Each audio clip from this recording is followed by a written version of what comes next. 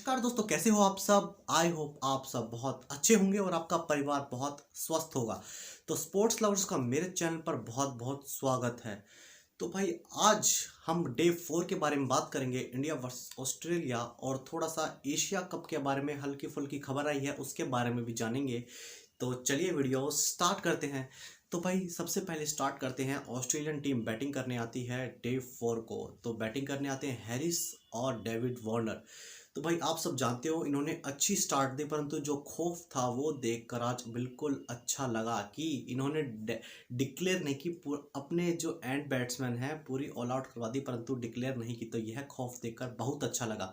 तो भाई हैरिस और डेविड वार्नर अपनी करने आते हैं, अच्छी शुरुआत देते हैं, कम से कम 77-78 रन की, और तब गिरता है पहला विकेट। सुंदर अपनी ऑफ स्पिन से बहुत अच्छी बॉलिंग कराते हैं और बहुत ही अच्छी बॉल गिरती है और डेविड वार्नर मिस हो जाते हैं और उनके पैड पर लगती है बॉल और पहला विकेट गिर जाता है। उसके बाद धीरे धीरे उनको निपटाते जाते हैं इंडिया वाले। तो उनके जो सबसे अच्छी बैटिंग की है उनकी तरफ से वो स्मिथ ने की है और कोई खास बल्लेबाजी नहीं कर सका।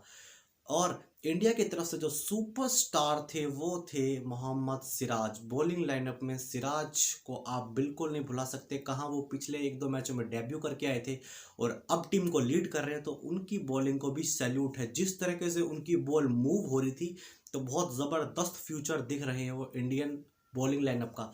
और बाकी फॉर्मेट का पता नहीं, परंतु टेस्ट क्रिकेट में उनका करियर बहुत लंबा जाने के आसार दिख रहे हैं। बहुत ही जज्बे वाले खिलाड़ी लगे मुझे। और जिस हिसाब से उन्होंने विकेट लिए, चाहे आप टीम पेन का ले लो, चाहे आप जिस तरीके से इलेवन बाउंस मिल रही थी उनको, ऊपर नीचे बॉल रह रही थी, और स्टीवन स्मिथ को जैसे आउट किया, अनबिलीवेबल। कोई यकीन नहीं कर सकता जिस तरीके से बॉल बाउंस हुई। और परंतु वो रिव्यू से कहाँ चूकने वाले भाई। उनको चाहे आप कैच आउट कर दो तभी वो रिव्यू की मांग कर देते हैं।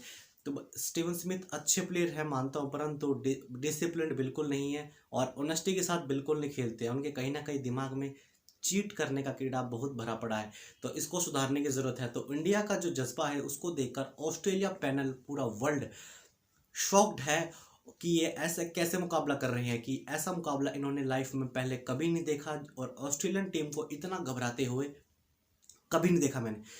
क्योंकि आप रिकी पॉन्टिंग का बयान देख लो, माइकल बेवान का ले लो, या फिर जो इनके ब्रैडली बॉलर है आपने देखा होगा, उनका भी बयान है कि जिस हिसाब से जिस पेस से इनकी बॉल रिदमिक बॉलिंग आ रही है, तो भाई बहुत ज़बरदस्त की आउट स्विंगर और इन स्विंगर बहुत ही ज़बरदस्त बॉलिंग इनकी जा रही है। तो बहुत ही अच्छी बॉलिंग देखने को मिली। परंतु अगर हम शार्दुल ठाकुर का जिक्र ना करें तो ये बेवकूफ़ी होगी। तो शार्दुल ठाकुर भी बहुत मेन बॉलर, आप सब जानते हो कि वह एज अ ऑलराउंडर बहुत आगे बढ़ सकते हैं। उनका बयान भी आया था कि रवि शास्त्री ने वनडे गेम्स जब इंडिया ऑस्ट्रेलिया के हो रहे थे कि अगर आप यहाँ परफॉर्मेंस कर देते हो तो पूरा वर्ल्ड याद रखता है, पूरी लाइफ याद रखती है।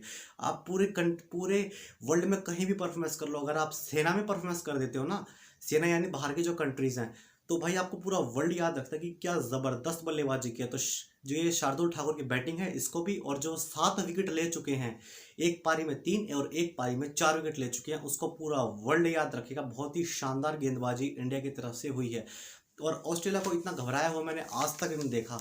और जो उनके कोच हैं जस्टिन लेंगर साहब हैं, तो भाई उनके भी चेहरे से पसीने टपक रहे थे फेस पे, वो भी दिख रहे थे कि कितने घबराए हुए हैं। कि और इंडिया की सी ग्रेड टीम है भाई, सी ग्रेड टीम से कौन घबराता है। इंडिया की इस बॉलिंग लाइनअप ने दिखा दिया कि इंडिया की बेंच कितनी स्ट्रांग है।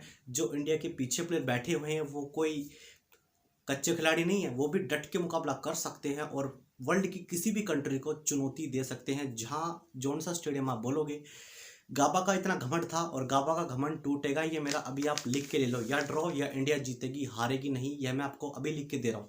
और बहुत ही ज़बरदस्त गेम देखने को मिलेगा। कल 98 ओवर है और बारिश के आसार बहुत ज़्यादा है, परंतु वह 1-2 बजे के आसपास आएगी। इतना अगर इंडिया की बैटिंग आ चुकी है और ऑस्ट्रेलिया को 294 पे इंडिया ने ऑल आउट कर दिया था, तो भाई उस ऑल आउट के बाद इनके पास 32 रन की लीड थी। तो उसको काउंट करके बताएं तो कम से कम 330 के करीब का इनको टारगेट मिला है इंडिया को। और रोहित शर्मा ने पहले ही ओवर में बड़ी शानदार बाउंड्री से दिखाया कि उनका कॉन्फिडेंस कितना ज़बरदस्त है। और ऑस्ट्रेलिया के लिए बुरी खबर, मिचेल स्टार्क अनफिट है और वो अब अपने 2-3 बॉलर पर ही डिपेंड रहेंगे। 2-3 बॉलर जैसे कि हेजलवुड, पैट कमिंस और लायन, और चौथे उनके ग्रीन और लेबुशेन उनके पार्ट टाइम बॉलर। आप समझ सकते हो अगर इंडिया ने उनके 30 से 40 ओवर कैसे ना कैसे निकाल लिए, ध्यान से सुनिए, अगर 30 से 40 ओवर निकाल लिए लंच के और उसमें विकेट नहीं खोया, तो भाई बहुत ही ज़बरदस्त पोजीशन में इंडिया होगी। अगर इंडिया पहले सेशन में 100 प्लस स्कोर कर लेता है बिना विकेट के खोए, तो बहुत ही ज़बरदस्त जीतने के चांस इंडिया के बन सकते हैं। वो तो अभी भी हैं, परंतु अगर रोहित और गिल अगर लंच तक टिक गए तो भाई उनकी खटिया खड़ी कर देंगे और मैच जीत कर ही वापस आएंगे। तो रोहित शर्मा का टिकना बहुत ज़रूरी है और उनको अपने आप को प्रूफ करने का असली मौका टेस्ट क्रिकेट में अब आ चुका है। अगर यहाँ रोहित शर्मा की तरफ से सेंचुरी लग जाती है, अगर 70-80 भी कर जाते हैं, तो मैं भी उसको बहुत मानूंगा, क्योंकि ऐसे टाइम पे 80-80 90-90 रन भी बहुत बड़ा गैप कम कर देंगे, जो कि जो बाद में बैट्समैन आएंगे उनके ऊपर बहुत प्रभाव रहेगा इसके ऊपर। तो भाई पाकिस्तानी मीडिया की तरफ से भी बहुत ही रिएक्शन आए हैं। उनके जो बड़े बड़े चैनल हैं, जैसे आप उनके बॉलर ले लो वसीम अकरम, चाहे शोएब अख्तर, चाहे जो उनके बाकी चैनल्स हैं जो कि जर्नलिस्ट हैं, रिजवान सवेरा पाशा या फिर जो भी ले लो, उनकी तरफ से बहुत ही ज़बरदस्त रिएक्शन आए हैं और बहुत ही खुश हैं वो कि कोई एशियन टीम जाके वहाँ पे इतना ज़बरदस्त परफॉर्मेंस दिखा रही है। तो उसको लेकर उन्होंने भी बहुत साथ दिया, इसके लिए धन्यवाद। कि पूरा एशिया इंडिया के साथ खड़ा है यहाँ पे, क्योंकि इंडिया जिस जज्बे के साथ क्रिकेट खेल रहा है, ऐसी क्रिकेट पहले हुई होगी, मैंने भी देखी है, परंतु जो इस सी ग्रेड टीम से देखने को मिल रही है कि इनको इतना एक्सपीरियंस नहीं है, फिर भी अपना 100% 200% दे के दिखा रहे हैं, तो बहुत ही काबिल तारीफ है। तो भाई thank you so much to all of you. और अब थोड़ा एशियन कप के हवाले से बात कर लेते हैं। एशिया कप होने वाला है, तो उसको लेकर बीसीसीआई का रुख थोड़ा कड़ा है। तो भाई उन 100% श्योर नहीं है कि इंडिया उसमें खेलेगा नहीं खेलेगा, फिर कोरोना के चलते या फिर इंडिया का जो शेड्यूल है उसके चलते हुए है एशिया कप में नहीं शामिल हो पाएगा। तो ऐसा पूरे इतिहास में पहली बार हो रहा है कि जब इंडिया एशियन कप में शामिल नहीं होगा। तो इसको लेकर मैं भी बहुत दुखी हूँ कि इंडियन टीम इसके अंदर पार्टनर क्यों नहीं हो रहा है या फिर इसके अंदर क्यों नहीं खेल रहा है। तो इंडिया का ज़रूर पार्टनर इस या फिर इसमें शामिल होना चाहिए, क्योंकि इंडिया बहुत ही ज़बरदस्त टीम है और किसी देश के अंदर जाके बहुत ही अच्छा गेम दिखा सकती है। तो स्पोर्ट्स को स्पोर्ट्स लेवल तक ही रहना चाहिए, तो इसके अंदर ज़्यादा पॉलिटिकल नहीं आना चाहिए। आप सब जानते हो थोड़ा सा पॉलिटिकल एंगल इसके अंदर हो गया होगा, तो इस वजह से शायद एशिया कप के अंदर इंडिया नहीं जा रही। मेरे हिसाब से 90% इंडिया का जाना संभव नहीं है, और अगर इंडिया नहीं जाती है तो मेरे को बहुत ही मुश्किल लगता है कि एशिया कप पॉसिबल हो पाए, क्योंकि जो रेवेन्यू है बीसीसीआई का बहुत ही ज़्यादा है।